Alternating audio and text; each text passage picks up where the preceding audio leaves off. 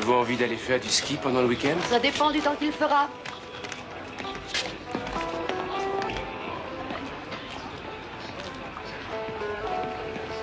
Chers amis et clients, il est l'heure de la fermeture de notre établissement.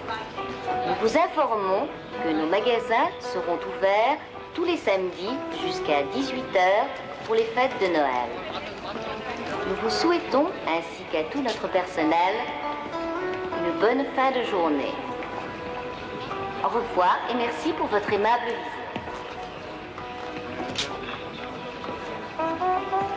Vous désirez quelque chose, monsieur? Oui, je prends celle-ci. Vous voulez venir avec moi à la caisse? Chers amis et clients, il est l'heure de la fermeture de notre établissement. Nous vous informons que nos magasins seront ouverts tous les samedis jusqu'à 18h pendant les fêtes de Noël. Merci de votre aimable visite.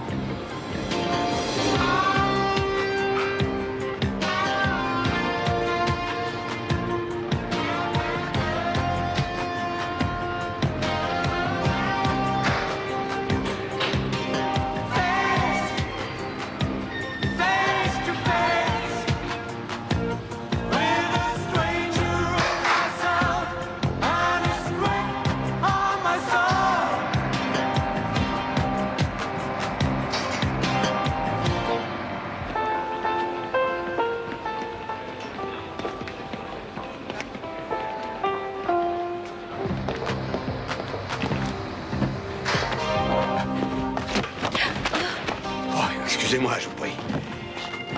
Ce n'est pas grave. Tenez. Je suis désolé. Merci beaucoup. Non, c'était ma faute.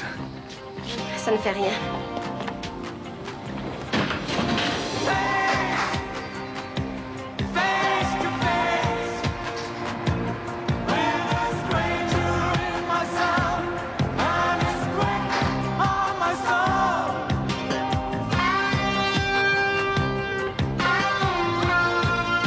Oui, c'est entendu. Prêt?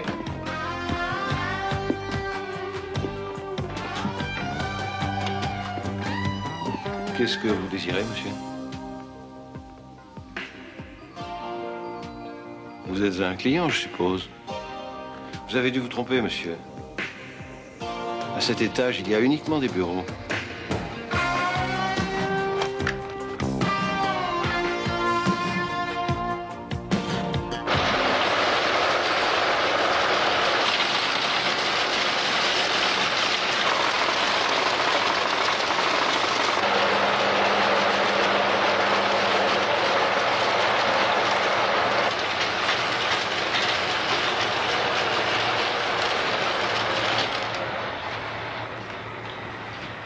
Inutile d'essayer de déclencher le signal d'alarme. Donnez-lui tout ce qu'il y a comme argent. Les autres là-bas, contre le mur.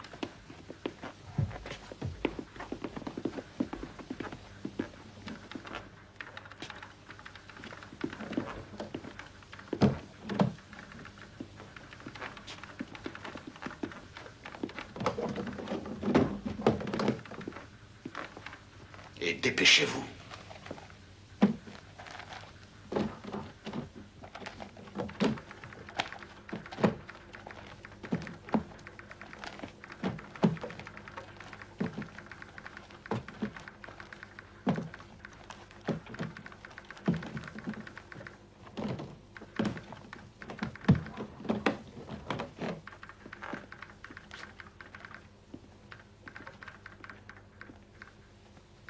Le téléphone.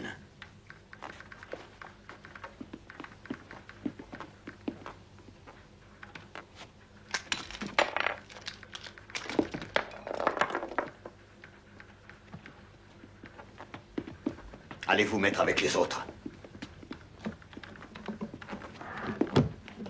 Après mon départ, attendez 10 minutes. J'ai caché une bombe dans vos magasins. Alors si vous donnez l'alarme avant l'heure fixée, je ferai sauter la bombe électroniquement à distance. Et avec toute la foule qui reste encore dans vos magasins, vous pouvez facilement imaginer ce qui arriverait.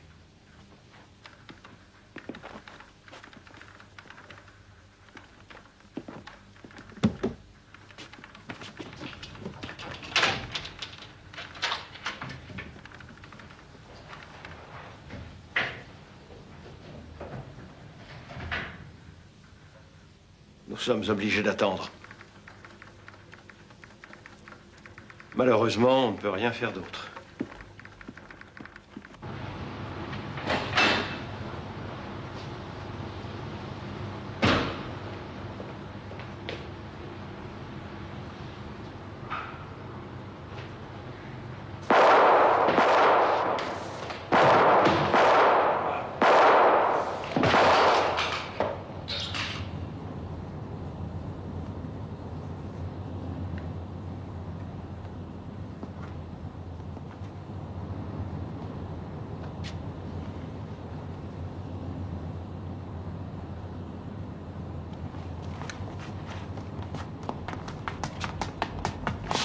Vite! Appelez la police! Vite! Et une ambulance!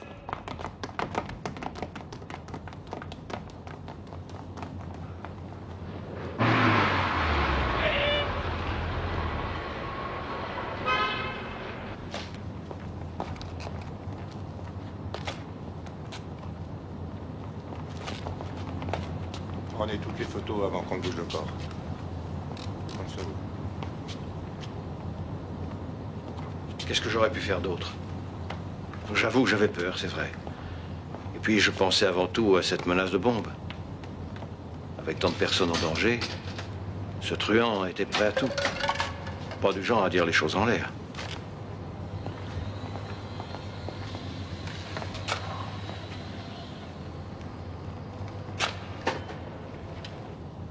Vous en voulez?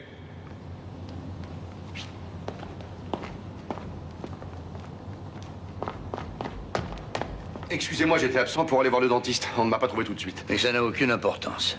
Quoi? Pourquoi aucune importance? Tout est simple, tout s'est passé très vite. L'homme est allé à la comptabilité, là il s'est fait remettre 2 millions d'argent liquide qu'il a mis dans une valise. Alors ce monsieur qui est là-bas a voulu l'arrêter. Oui, c'est le détective de l'établissement. Mais l'autre homme l'a menacé de son revolver et c'est alors que le détective a tiré.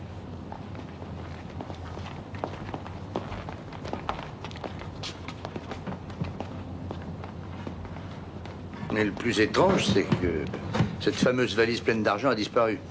Et que le détective privé ne sait pas où elle est passée. Est-ce que vous avez découvert où était cachée la bombe? Nous avons exploré tous les étages, mais on n'a encore rien trouvé. Eh ben, ça m'étonnerait bougrement que vous arriviez à trouver quelque chose. Nous continuerons quand même à fouiller partout. Mais oui, bien sûr.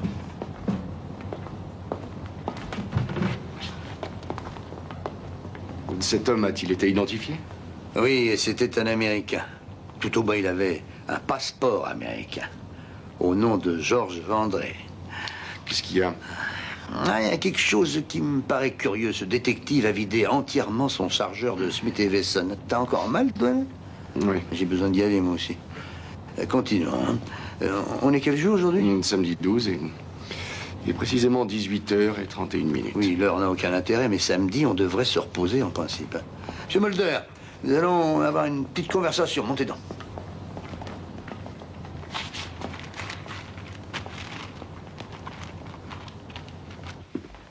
Si cet homme est vraiment américain, je crains qu'on n'obtienne guère de renseignements pendant le week-end.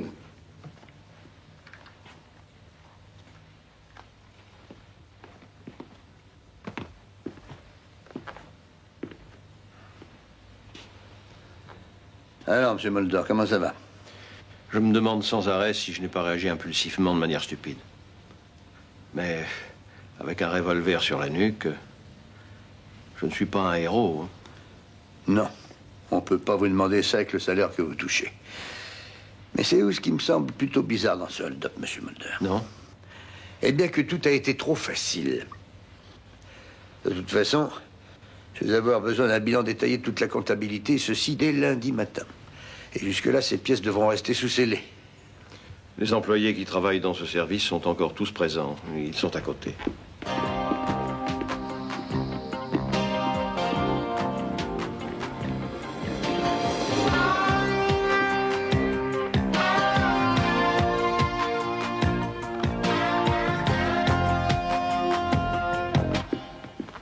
Mesdames et messieurs, je vous remercie de la patience que vous avez témoignée, en particulier pour un samedi après-midi. Je demanderai à ceux ou à celles qui auraient aperçu le criminel avant ou après le hold-up de lever la main, exception faite pour les personnes qui étaient dans le bureau même de la comptabilité.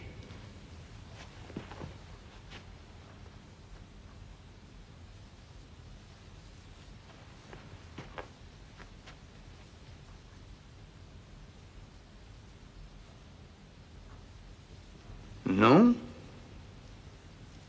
Mais c'est pas la peine de rougir, mademoiselle. Je ne rougis pas. Ah, excusez-moi. Puisque tout est encore récent dans votre mémoire, nous allons prendre tout de suite vos dépositions. Je désirerais que chaque déposition soit faite séparément. Les personnes présentes au hold-up resteront dans leur bureau. Et les autres personnes qui travaillent à cet étage rejoindront l'inspecteur qui est au second. Je crois bien l'avoir aperçu tout à l'heure. Oui. Je revenais juste des toilettes quand j'ai vu cet homme. Alors, s'il vous plaît, allez faire votre déposition. Oui, monsieur. Ah, monsieur Mulder, vous pouvez rentrer chez vous maintenant. Mais prenez un taxi, ne conduisez pas vous-même. Comment? Vous n'avez pas besoin que je reste? Ma déposition sera peut-être la plus importante. Ah, d'accord, on la prendra demain dans la journée. Reposez-vous, vous avez dû avoir un choc avec ce hold-up. N'en tenez pas compte, je suis à votre entière disposition. Je préfère rester, je vous assure. Bien. Alors, allez dans le bureau où vous étiez.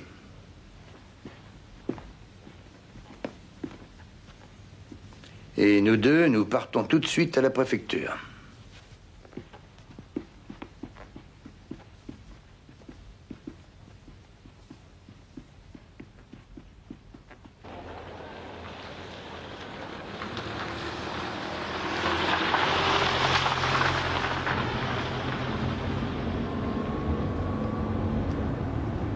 Pourquoi ne me posez-vous pas la question?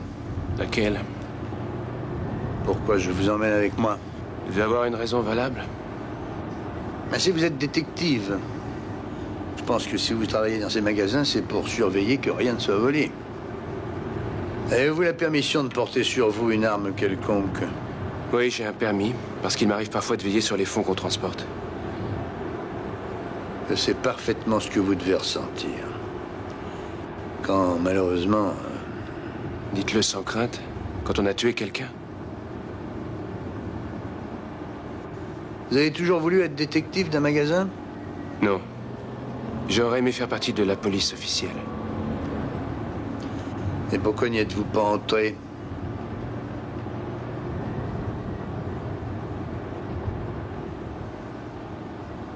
À la réflexion, vous ignoriez complètement qu'il y avait eu une agression.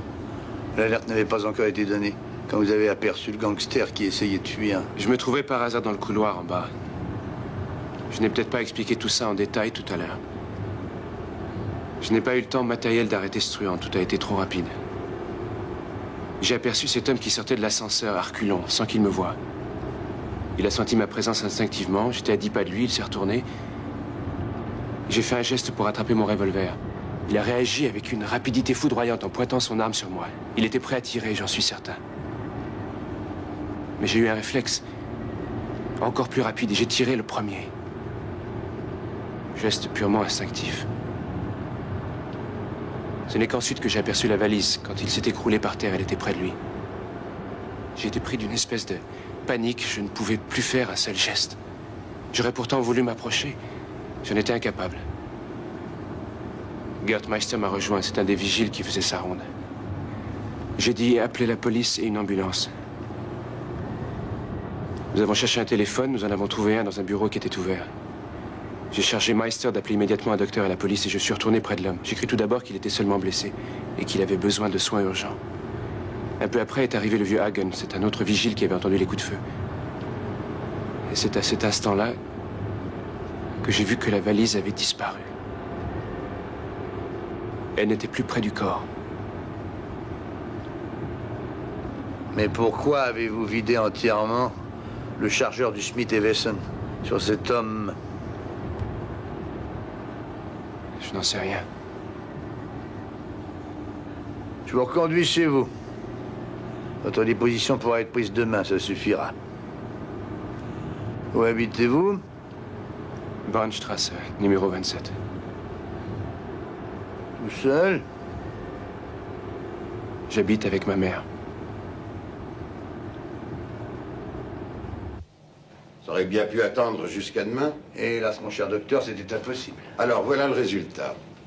5 balles dans le corps, une dans le poumon, une dans la rate, une dans le cœur, une dans le bras droit, et la dernière a traversé le bras gauche. C'est celle dans le cœur qui a été mortelle. Il avait fait modifier les empreintes de ses doigts. Du beau travail de chirurgien, en tout cas. Mes collègues font des choses stupéfiantes, parfois.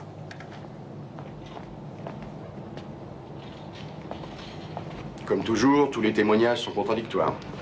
Certains disent que le criminel portait un pardessus bleu, d'autres gris, d'autres noirs, que son chapeau était petit et noir, d'autres encore qu'il était marron avec des bords relevés, d'autres avec des bords rabattus et grands. Sa valise de taille moyenne était sûrement tout en cuir, pour d'autres en matière synthétique. Bordeaux, vert, gris. Le gris, c'est la couleur favorite jusqu'ici. Alors choisissez ce qui vous plaît le plus. Et puis il y a ce Mulder, le chef comptable. Oh, on peut dire qu'il est mort de trouille. Quant au détective Frank Gard, personne ne l'a vu tirer.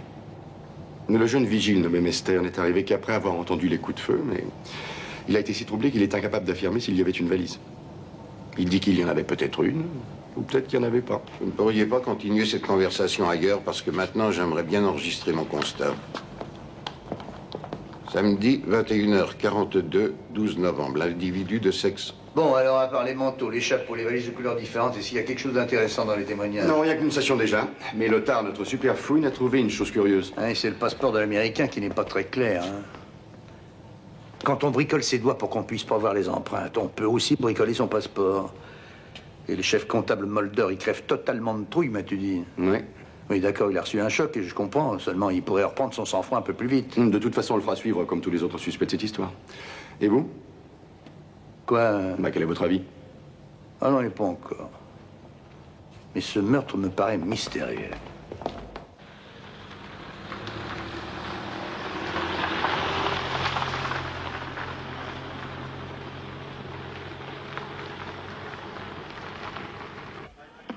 Et 2, 1 et 2, 1 et 2, 1 et 2, 1 et 2, 1 et 2. Mon Dieu, allez-vous vous arrêter à la fin? Mais Walter, pourquoi est-ce que tu es si nerveux? Qu'est-ce que tu as ce soir? Et voici le record de l'équipe allemande. Le record est de 7 minutes et 12 secondes. Viens, Hans. 1 et 2, 1 et 2, 1 et 2, 1 et 2.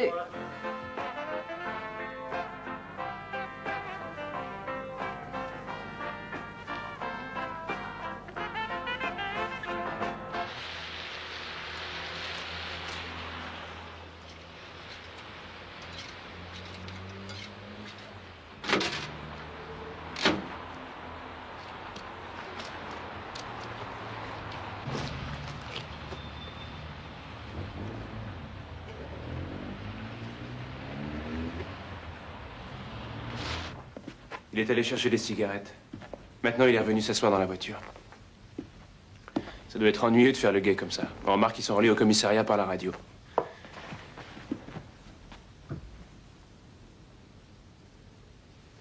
Il faut prendre un somnifère et aller te coucher. Il faudra tenir le coup s'ils viennent ici. Et ils vont venir, sûrement.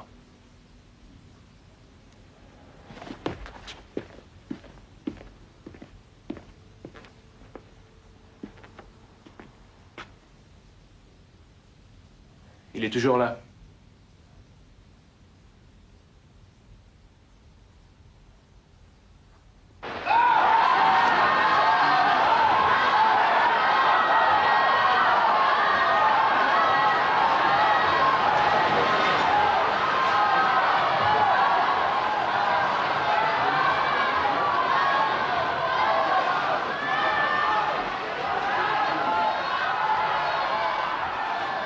Qui vous a laissé entrer ici? Une personne s'était ouverte. Je cherche quelqu'un pour une chose très importante. C'est Pietra Tom. Je sais qu'elle vient ici tous les samedis et aussi les mardis. Elle a été championne de je ne sais pas trop quoi. Vous la connaissez sûrement. Ah oui, du 100 mètres d'eau, oui. Je vais la chercher si c'est si important que ça. Mais on ne doit pas marcher ici avec des chaussures. Vous trouverez des chaussons là-bas.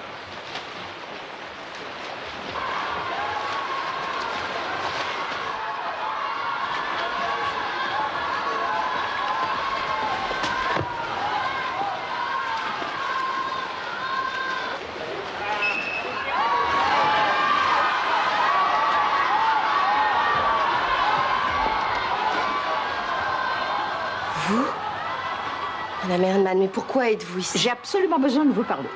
Qu'y a-t-il de si important pour venir jusqu'ici me voir ce Est-ce qu'on soir? pourrait parler dans un endroit tranquille? Je ne vois pas trop où. Alors, restons ici.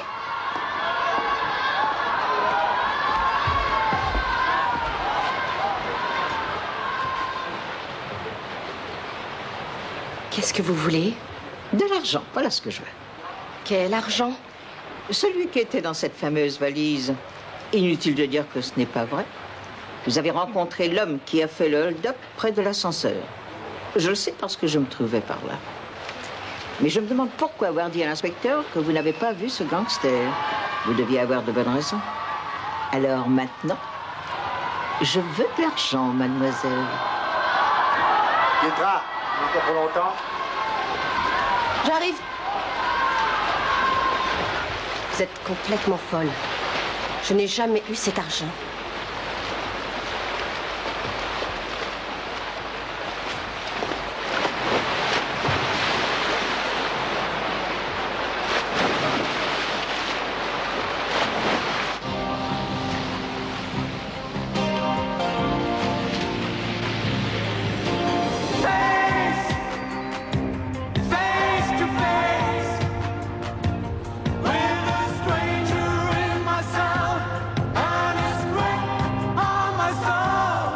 Non.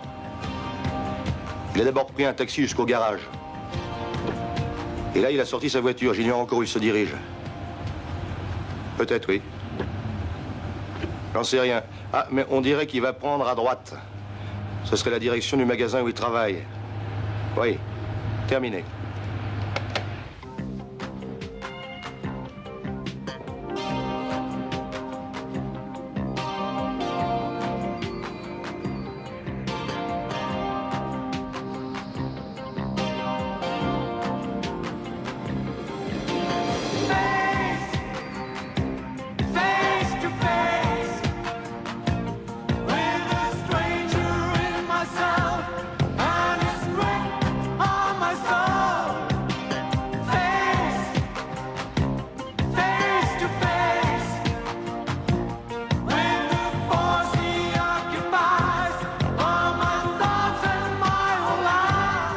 C'est comme ça que ça s'est passé? Oui.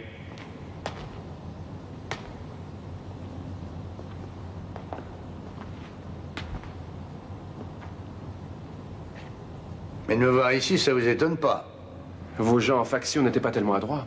Ah, vous trouvez que mes hommes sont maladroits, mais vous pensez leur être supérieurs? Oui. Non, je voulais que vous vous aperceviez que vous étiez surveillé par mes hommes.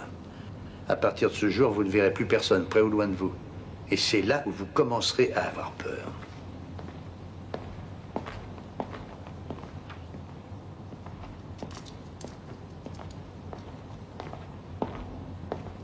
Dites-moi, comment se fait-il que vous soyez passé ici? Il faut que je sache comment cette valise a pu disparaître. Ah oui. Et c'est pourquoi vous faites une reconstitution. Tu pensais que ça pourrait m'aider? Monsieur Hagen, dites-lui ce que vous savez.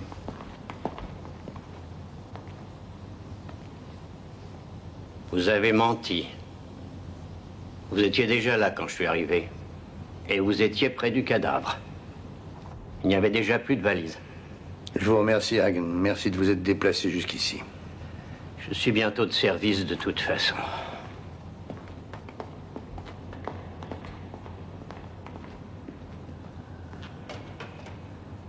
Avez-vous pu remarquer de quelle couleur était la valise? Grise. D'un gris plutôt foncé. Ah, ça, vous l'avez tout de même remarqué. Vous n'avez aucune sympathie pour moi. Ah, je suis désolé, mais le problème n'est pas là. Vous ne me croyez pas. Vous ne croyez plus rien. C'est obligatoire dans mon métier. On finit par ne plus croire en personne, en plus rien, et on doute de tout le monde. Mais il m'arrive parfois de ne plus douter. Si je découvrais où est l'argent, est-ce que vous me croiriez? Quoi? Croire quoi? Que j'étais en légitime défense.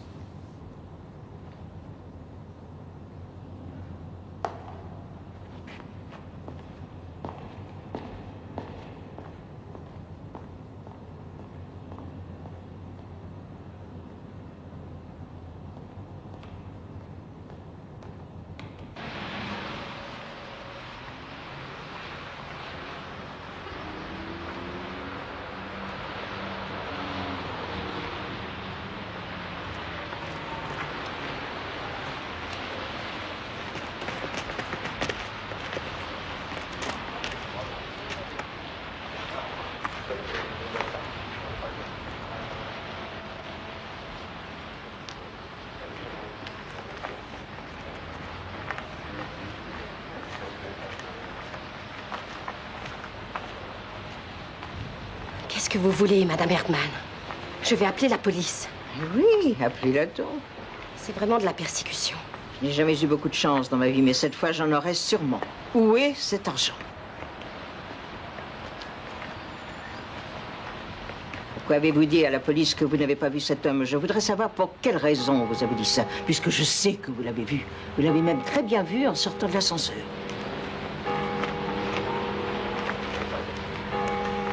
Voici Madame Erdmann. Bonjour. Je ne vous ai jamais vu au culte du dimanche, madame. Je ne fréquente plus les églises. Je n'y ai plus mis les pieds depuis un certain jour. Du jour où mon mari a été tué à la guerre. Je suis de tout cœur avec vous. Madame Erdmann et moi travaillons ensemble. Ce n'est pas précisément ensemble que nous travaillons. Est-ce que je peux savoir, s'il vous plaît, de quoi il s'agit dans ce cas? Alors, Pietra? Ne vous donnez pas la peine d'interroger votre fille. Elle ment. Au lieu d'aller dans les églises, vous feriez mieux de lui apprendre à dire la vérité. Je finirai par la coincer. Je vous le garantis. Qu'est-ce que ça signifie? Elle est folle. Complètement folle. Elle est persuadée que j'ai vu l'homme qui a pris l'argent de la caisse le jour où le hold-up a eu lieu là où je travaille. Et elle pense que je n'ai rien dit à la police afin de cacher la vérité. Elle ne me laisse pas en paix. Alors, l'as-tu vu, oui ou non? Je ne l'ai pas vu, je t'ai dit. Mais pourquoi ne nous as-tu pas raconté tout ça? Pourquoi? Parce que c'est une histoire à dormir debout, c'est ridicule. Je n'ai pas vu cet homme, un point c'est tout.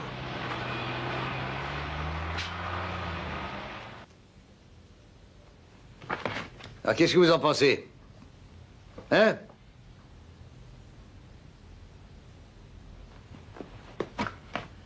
Cette photo a été prise par un de nos hommes sur les lieux du crime. Alors, quelle est votre opinion? Lequel des deux aurait eu le plus de sang-froid? Lequel sortirait son arme le plus vite? Lequel tirerait le plus vite? Celui-ci? Ou celui-là?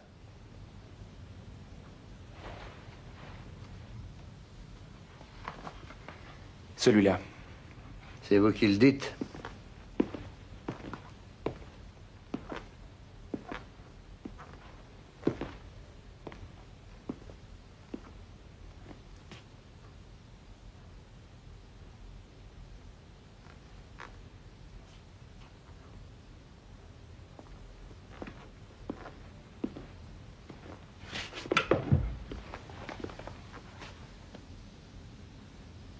Vous ne voulez pas passer aux aveux maintenant? Je ne vois pas ce que je devrais avouer. D'avoir tué un homme est déjà suffisamment pénible. Je ne sais pas où peut se trouver l'argent, je vous le jure. Ah! Vous n'imaginez pas le nombre de personnes qui ont juré assis à cette place. Je vous le jure sur la propre vie de ma mère. Pourquoi ne pas avoir posé votre candidature à la police avant de prendre la profession de détective privé? Ou peut-être l'avez-vous posée? Non. Vous voyez? Encore un autre mensonge. Vous avez posé votre candidature. Nous l'avons appris par un de vos collègues. Ça ne s'est pas passé ici, mais à Hambourg. Et la police de Hambourg l'a confirmé. Mais vous avez très rapidement retiré votre demande d'incorporation. Pourquoi avez-vous fait ça?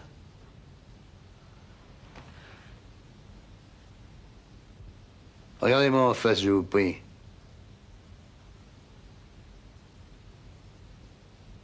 Et vous voudriez que je vous croie.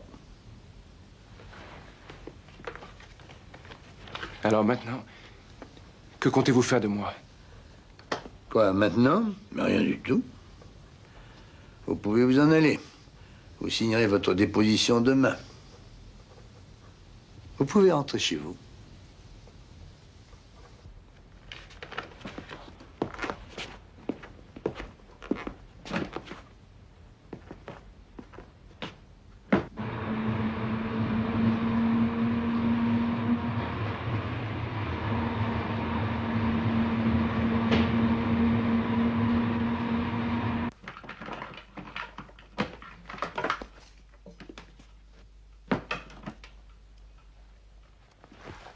Pourquoi tu me regardes ainsi? Désolé, je ne peux réparer ce qui est irréparable. Quelqu'un a téléphoné. Une femme. Elle n'a pas voulu me dire son nom.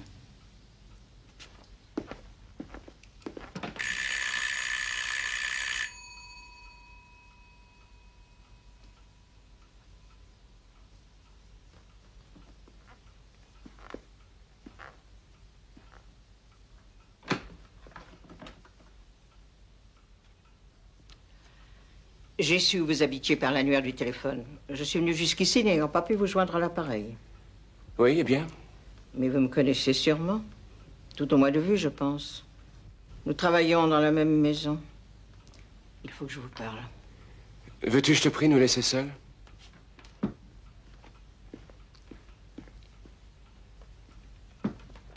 Pardon. On ne pourrait pas entrer un instant à l'intérieur? Non, non, on ne peut pas. De quoi s'agit-il? Oh. Vous feriez mieux d'être un peu plus accueillant. C'est au sujet d'une petite récompense que je viens. C'est la raison pour laquelle je suis ici. Vous devez bien vous douter de quoi il s'agit. Mais de quoi parlez-vous? La direction du magasin donnera une récompense à la personne qui leur dira où est l'argent du hold-up. Cette valise renfermait plus d'1 million. Non. Va-t'en. Allez! On ne parle pas de cette façon à sa mère, Monsieur Gart. Alors vous savez où est l'argent? De combien sera la récompense? De 15%. Je savais bien qu'un jour je finirais par avoir de la chance.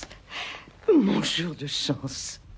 Je toucherai 15% de récompense sur 1 million. Où est cet argent? Où? Pietra Tom. C'est plutôt elle qu'il faut interroger, la jolie petite qui est à la comptabilité. Mais le renseignement vient de moi. J'aimerais que vous le certifiiez par écrit.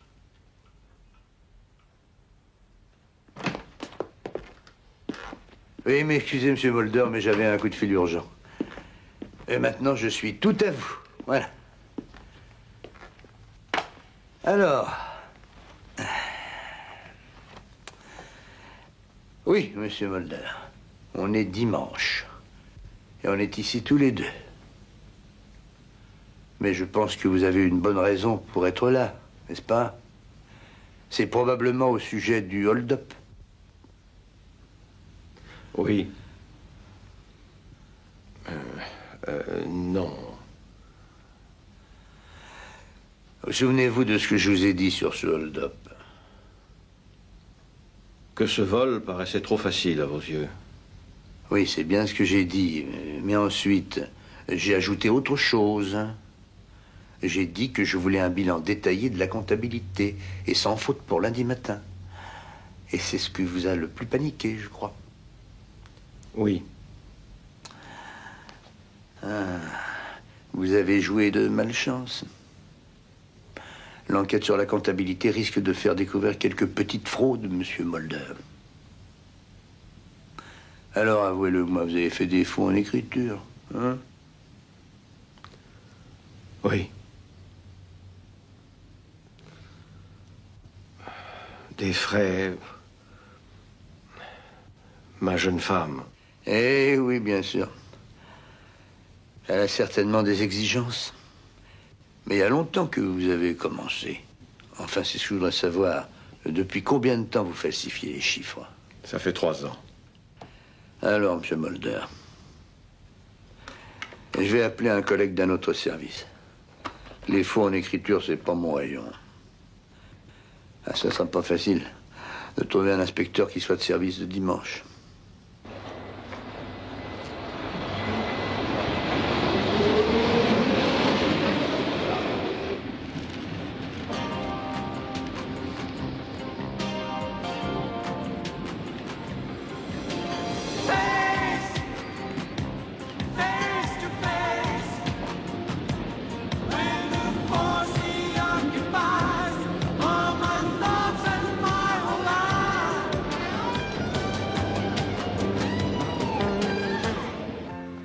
Merci. Pas quoi.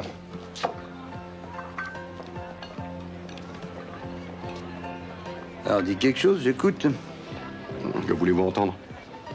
J'aimerais entendre ce que dit notre confrère électronique, le grand penseur, à propos des bouts de doigts de Georges Vendré. Alors, qu'est-ce qu'il dit? Rien du tout. Comment ça, rien du tout? Parce que l'ordinateur est tombé en panne aujourd'hui. Depuis ce matin, 4 éminents spécialistes sont à son chevet pour essayer de le réparer. Alors, je me suis occupé un peu de la biographie de notre jeune détective, le beau ténébreux. Eh ben, c'est ça, manger. Moi, je parle. Oui, moi, je mange pas avec mes oreilles. Mais si ça te fait plaisir, je peux m'arrêter. Hein. Pas si fin que ça. Alors, raconte. Tout ce que nous avons appris sur ce Vendré a été communiqué à Interpol, les moindres détails. Le passeport, photo du cadavre, les empreintes digitales modifiées, plus sa description complète de ses vêtements, y compris la pointure de ses chaussures. Jusqu'à celle de sa chemise et du pullover. Quant au jeune homme, il habite avec sa mère. Ils sont là depuis 1 an. Elle sous-loue des chambres, ça lui rapporte un peu d'argent. Pendant quelque temps, elle a travaillé dans un bar, ensuite dans un magasin, à mi-temps. Quand Frank Gart avait 5 ans à peine, il a perdu son père, mais sa mère ne s'est pas remariée. Par contre, elle a eu un ami. Et je crois savoir qu'il y a eu pas mal d'histoires avec lui. Enfin, on fait des recherches pour savoir comment il s'appelait. Le jeune homme a quitté le lycée avant la fin de ses études, mais selon nos vérifications, tout a été normal. C'est un solitaire. Plus tard, il a essayé plusieurs emplois. Et partout, on a dit du bien de lui, un garçon digne de confiance. Ensuite, il a suivi des cours de détective privé. Aucune petite amie, ni aucun ami. Et cet homme, dont le nom n'est pas connu pour l'instant et avec qui sa mère a vécu, eh bien, vous ne m'écoutez même pas. Va me chercher la femme. Quelle femme? La mère du jeune Gart. Et où voulez-vous que je vous l'amène? À l'Institut médico-légal.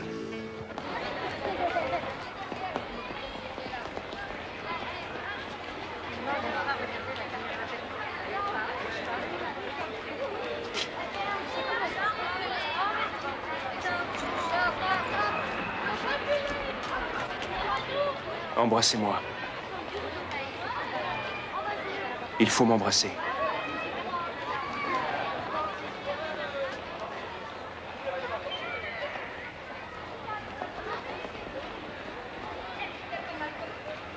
Tout mon avenir dépend de cet argent. Je dois le rapporter.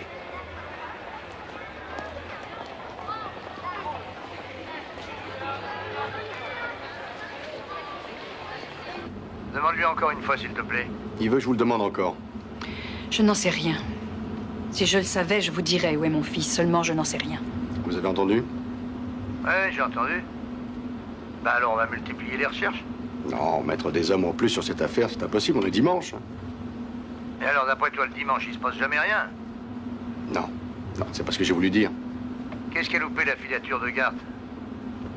Ça ne changera rien de savoir qui c'est. De toute façon, je finirai bien par le savoir. D'accord, c'est Bartels et Meyertzwo. On pense qu'il a dû passer par-dessus le mur de la cour. Et il a disparu depuis qu'il a sauté le mur de la cour. Exact. Avant, il a téléphoné à une femme. Je sais pas ce qu'ils se sont dit. Non, mais je le saurai. Oui, bon, d'accord, tout de suite. Terminé.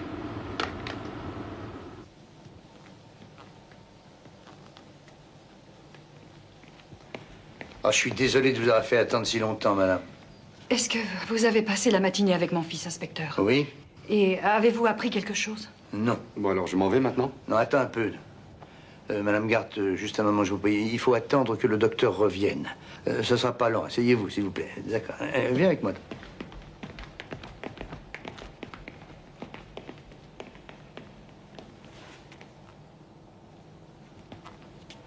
Il arrive souvent que c'est autre chose et plus simple qu'on pense en dernier. C'est vraiment bizarre, ça. Bah, de quoi s'agit-il? Juste une idée. Quand une personne prend un avion pour Tokyo ou New York, y a-t-il pas un de ces trucs électroniques qui garde la trace du passager? C'est évident, c'est l'ordinateur de l'aéroport qui enregistre tous les noms. Ah oui, c'est vrai, l'ordinateur. Est-ce que ça t'ennuie pas d'aller demander quelques renseignements à ce machin électronique à propos d'un certain Georges Vendré, pour savoir s'il n'avait pas réservé une place pour hier après-midi ou pour le soir ou peut-être ce matin? Non, ça ne m'ennuie pas du tout.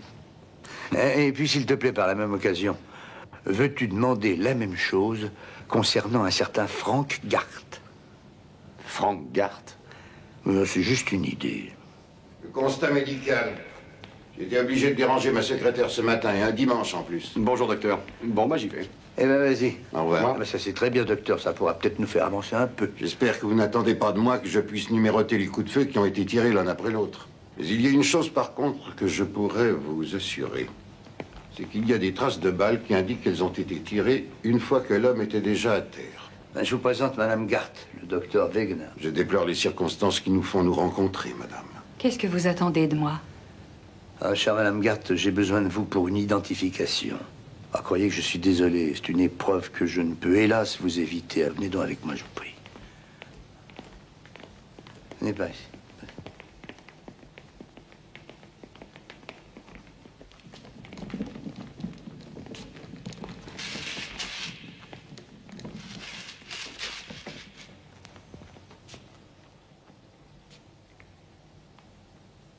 Non, je ne veux pas le voir.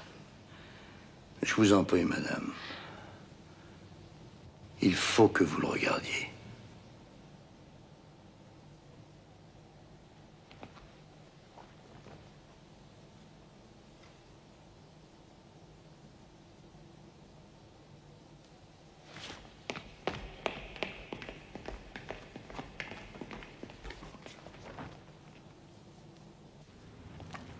Oui, c'est Peter Burnett. Il a été condamné plusieurs fois. Mais je suppose que d'après vos recherches, vous êtes au courant. J'étais malheureusement amoureuse de lui. Ce n'était qu'un gangster, un malfaiteur. Il n'a jamais su être autre chose. Mais je ne l'ai appris que trop tard. Mon fils l'a toujours détesté.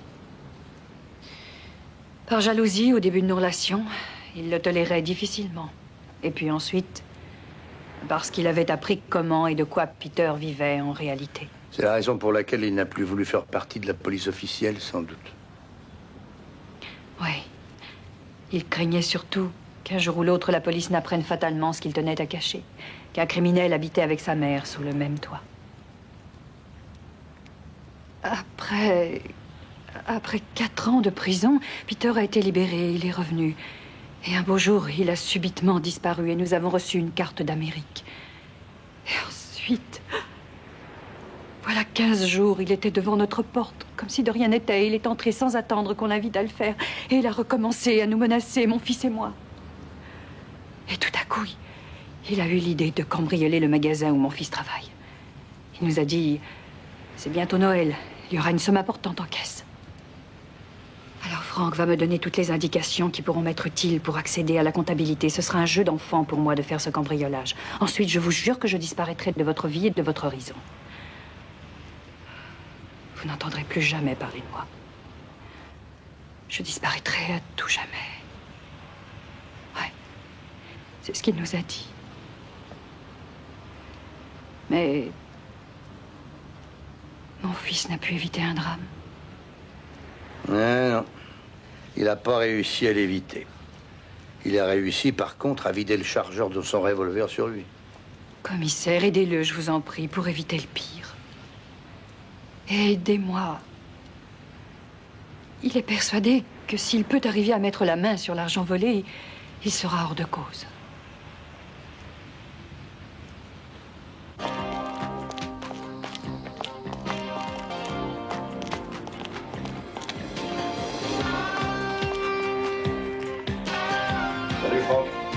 On a oublié quelque chose.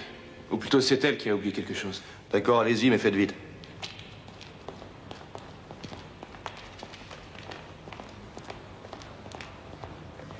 Je n'aime pas du tout ce gars. Demain, j'irai à la préfecture et je signerai ma déposition. Tu ne restes pas encore un moment? Impossible, je dois faire ma ronde.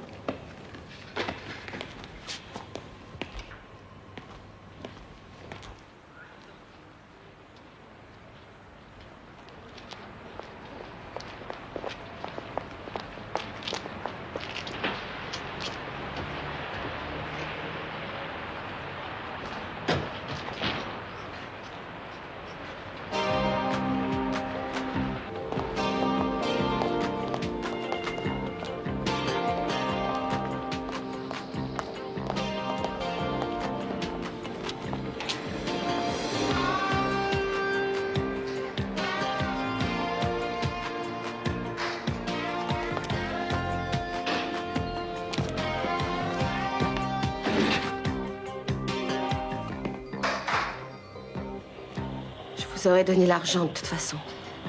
Je n'en voulais plus à aucun prix.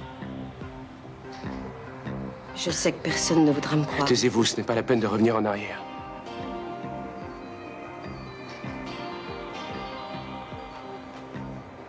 Comme dans un film d'horreur. Il y avait un homme à terre. Il y avait eu plusieurs coups de feu. Et personne d'autre que cet homme inconscient. Et à côté de cette valise, j'ai pensé, dans cette petite valise, il y a l'argent.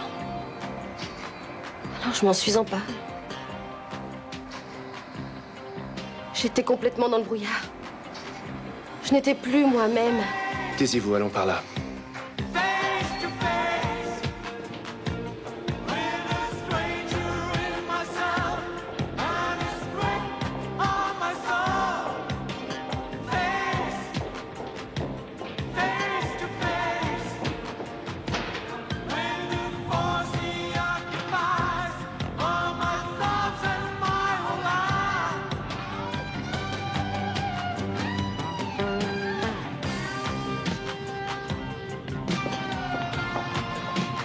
Allez-y.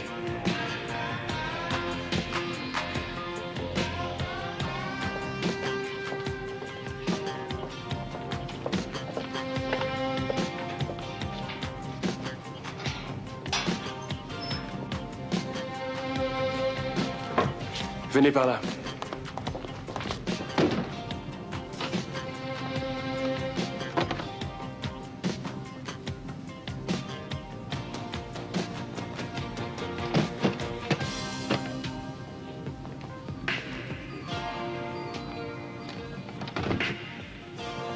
Qu'est-ce qui se passe, Franck? Franck!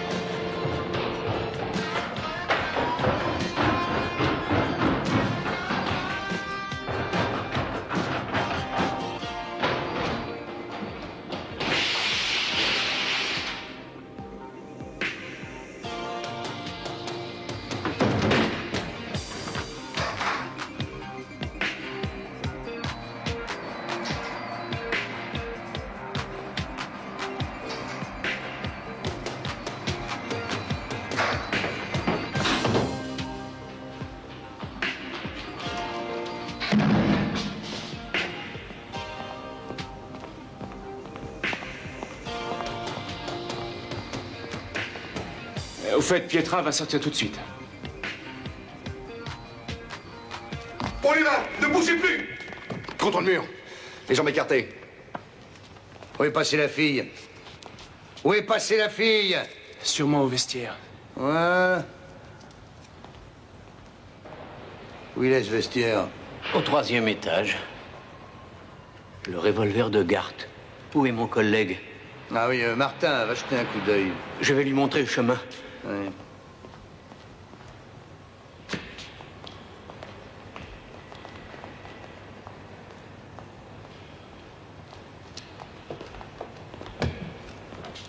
Ils ont peut-être cru qu'ils allaient m'avoir, qu'ils seraient seuls à garder tout l'argent sans rien me donner.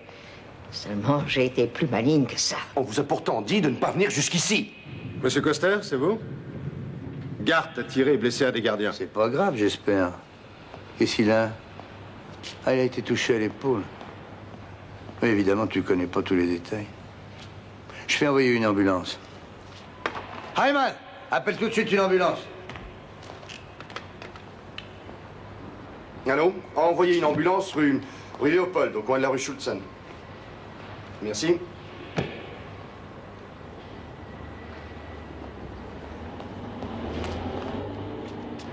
Ce sera 20% de récompense et non pas 15, n'est-ce pas, monsieur Coster?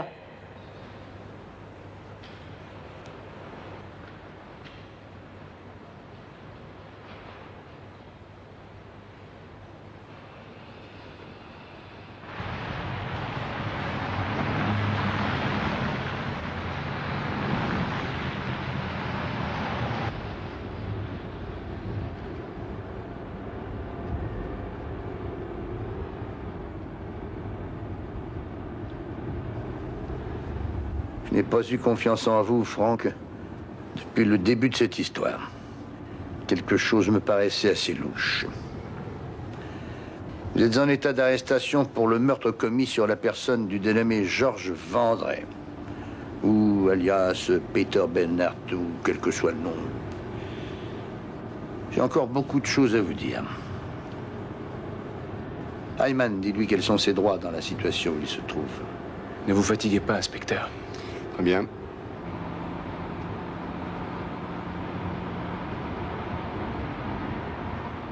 Vous avez profondément détesté Vendré. Votre mère y tenait, elle aimait, elle était de plus en plus dominée par cet homme, mais vous aimiez votre mère, alors vous avez voulu essayer de lui venir en aide. Ce Vendré était un professionnel, un véritable gangster. Il a fait de votre enfance un cauchemar qui a continué plus tard, quand il est revenu après une de ses détentions et d'un séjour en Amérique et qu'il a essayé de vous faire chanter. Il a fait pression sur vous afin d'obtenir des renseignements pour cambrioler le grand magasin. Vous auriez dû le dénoncer à ce moment-là. C'est ça que vous auriez dû faire, Franck. Et vous est venue une idée fantastique. Vous avez pensé... Cet homme doit disparaître pour toujours. Alors pourquoi ne pas l'abattre simplement au cours de ce hold-up? Et puisque je suis le détective, ça serait normal et tout à fait légal. Et ce plan aurait très bien pu réussir si toutefois il n'y avait pas eu Mademoiselle Pietra Tom qui avait vu le truand, ni Madame Erdmann qui est sortie des toilettes à un fâcheux moment.